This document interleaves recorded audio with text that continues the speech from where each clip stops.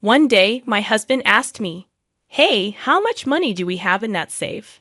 I chuckled and replied, probably around $500,000 in total now. The next day, when I got home, there was a signed divorce paper on the living room table, and both my husband and the safe were gone. My name is Helen, and I'm a 58-year-old working housewife. I still work hard at my job. You see, my hobby is saving money. When I was a child, my mother opened a savings account for me. She told me that depositing money in the bank made the numbers in my passbook grow, and I found that very enjoyable. I started depositing a little bit at a time, starting with just $1, and enjoyed watching it grow. So when my savings grew by a few cents in interest each year, it was a delightful surprise to my young self. Being fond of money and how it works, I worked as a financial planner and gave advice on managing assets. One day, a friend from college told me, an old childhood friend is in serious trouble due to debt. Could you give him some advice? So, I decided to meet with him and my friend. This old friend was a handsome man with a refreshing smile. My friend explained that despite his looks, he loves gambling and is struggling to make ends meet. "I thought you, Helen, might have some good advice," my friend said. His name was Mark. As I listened to his story, Mark admitted he loved gambling, just like his parents.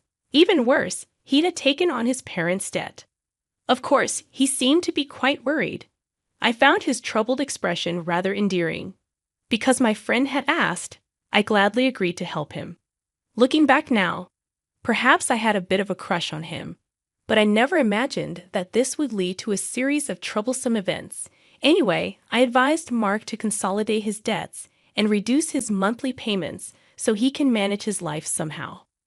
Not long after, Mark and I started dating. That friend of mine opposed it, saying I wouldn't recommend being with him. But we went ahead and got married. I thought that getting married would help us face Mark's debt together. My income is pretty good for my age group. Therefore, most of Mark's income went towards his debt, and I made sure he cut ties with his parents to prevent the debt from increasing further. I gave Mark a monthly allowance of $500. When Mark decided to cut ties, his mother yelled, "Ungrateful child. I wish I'd never given birth to you."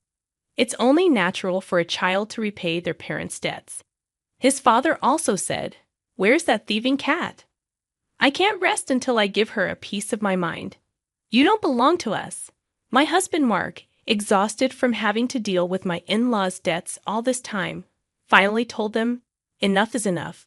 I'm not your ATM. I'm trying my best here," and came back to me. He finally felt relieved to be free from my in-laws constantly bringing up their debts. Soon after, we had a son. Our son Kevin is handsome, just like Mark. He's my pride and joy. Kevin seemed to pick up on his father's lack of discipline and indecisiveness, just as our son had noticed Mark's carefree character didn't change. Borrowing money from predatory lenders, dealing with loan sharks, tricking friends into lending him money to gamble it away. We went through a lot, but I managed to keep Mark in line. As 23 years went by, and recently we finally got down Mark's debt to about $10,000, we're almost at full repayment. At that moment, Mark received a call from his parents. "Please help us. Your father has collapsed. We're at the hospital now. Can you come?" Mark left work early and came to the hospital. Then he messaged me, "Helen, Dad collapsed. I'm at the hospital now. I'm sorry I broke our promise and went to see my parents. I'm really sorry." "What? Your dad collapsed? So how is he now?" I asked. "He had a minor stroke. His life isn't in danger, but he shouldn't overexert himself. Both my parents are feeling low. I want to stay with them for a while. Is that okay?" Mark replied. "Of course, honey. Go and comfort them." "Should I come too?" I inquired. "No, it's okay if you're busy with work, and they might treat you poorly again," Mark responded. I started giving Mark a little extra money for his hospital visits. They probably couldn't afford the hospital fees. Since then, Mark seems to visit his parents often. Each time, he took $200 to $300 from me. I guess my in-laws are struggling financially and are taking a little bit from Mark. It amounted to around $1,000 to $2,000 a month, but I let it slide for now. A year has passed since my father-in-law collapsed. Both my in-laws have aged, and I guess they wanted someone to lean on. My hobby, as always, is saving money. One day, I took out my bank book from the vault and grinned. Usually Mark, who wasn't interested in me, stared at me and asked, "Hey, how much money do we have in that bank account you always look at so happily?" "It's about $500,000 now," I answered casually.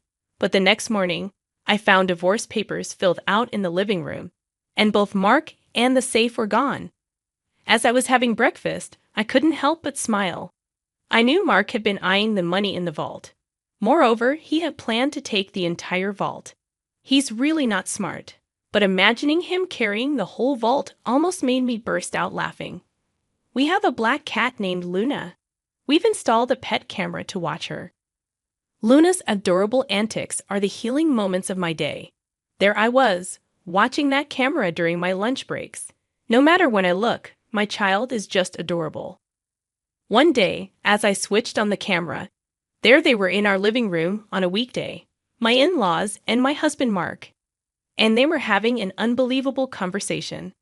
"Oh, you're living in such a nice house, Mark.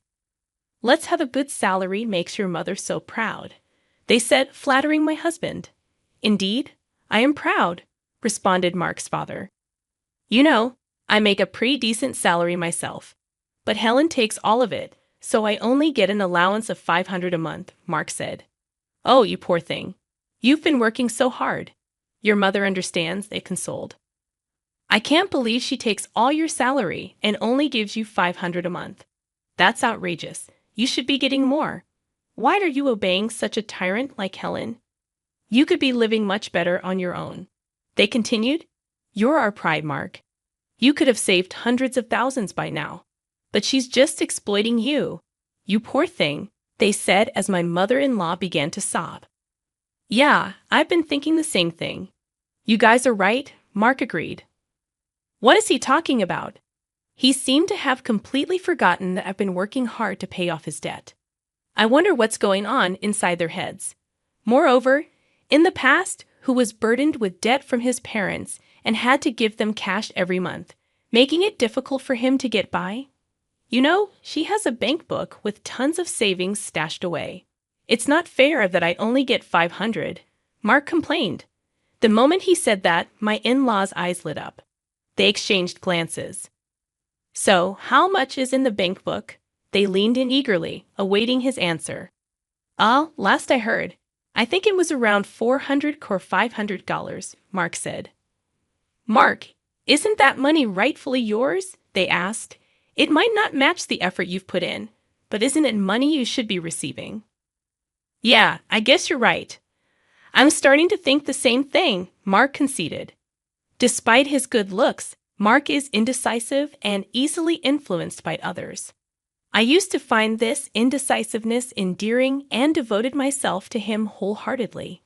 We've managed to reduce his nearly $200,000 debt down to $10,000. Yet it looks like he's being manipulated by his parents again, and they're about to touch my precious savings. Seeing this scene was so pathetic. I was at my desk at work, tears streaming down my face as I held my phone. I've been putting aside my living expenses from our using his income, mostly to pay off the debt. On top of that, I was providing him with an allowance of $500 out of my own earnings. Despite explaining this to Mark, it seems he's completely forgotten what these past 23 years have been for. I felt so sad and pitiful, my heart aches as if I was drowning in my own tears. It's not like I felt like I was disappearing, on the verge of breaking, but I made sure to record the conversation and sent the data to my son. That day, I left work early due to sickness. I went to my usual bar and drank heavily, spilling out everything to the bartender. In such a state, the bartender comforted me gently. He casually said, "Why do you grieve such a person? You did nothing wrong. There's no need to live for them. Live for yourself." At that moment, all my intoxication and love for my husband faded. "Thank you, sir. Next time, we'll share a pleasant dream." I said to the bartender. I went back home after I said that to the bartender. Entering my study, I began to think, how would I steal the bank book inside that vault? I couldn't even begin to imagine, but I needed to devise a plan. I will show them hell. They shouldn't underestimate me. I concentrated harder than usual. Gathering evidence was the first step. From then on, I frequently checked the pet camera every day. Then the ugly truths began to surface. My husband was bringing home a young woman during his supposed work hours. It seems like he was bringing her over about 3 times a week. I couldn't believe I had to witness my husband's infidelity when all I wanted was to watch our cat, Luna. Luna also seemed to be scared and wouldn't show up. They ruined my precious relaxation time.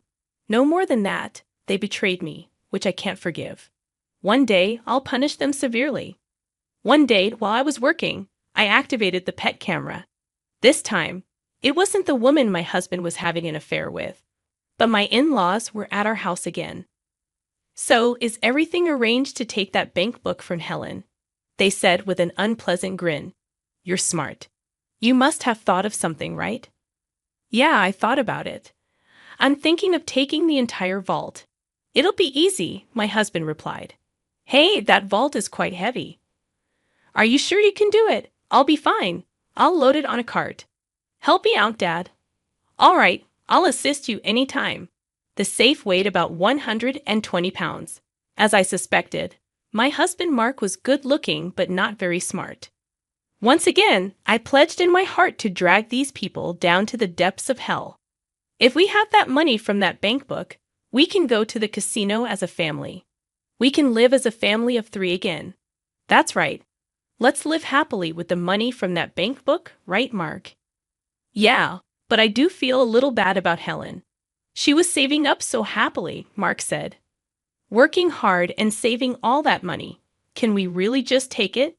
You can't be so weak-willed. We're doing this for your happiness, remember, right? I'll be happy. Besides, you found a new wife, haven't you? Quickly divorce that woman. I have to divorce for her sake as well. I'll leave the divorce papers here then, my father-in-law declared. That's right. We're waiting for the money from that bank book and the new wife. So I'm going to be divorced. Well, I guess that makes sense, Mark agreed. I found myself strangely accepting. But just how desperate are these people for some money? I was sipping coffee at my office desk, recording the scene on my phone screen.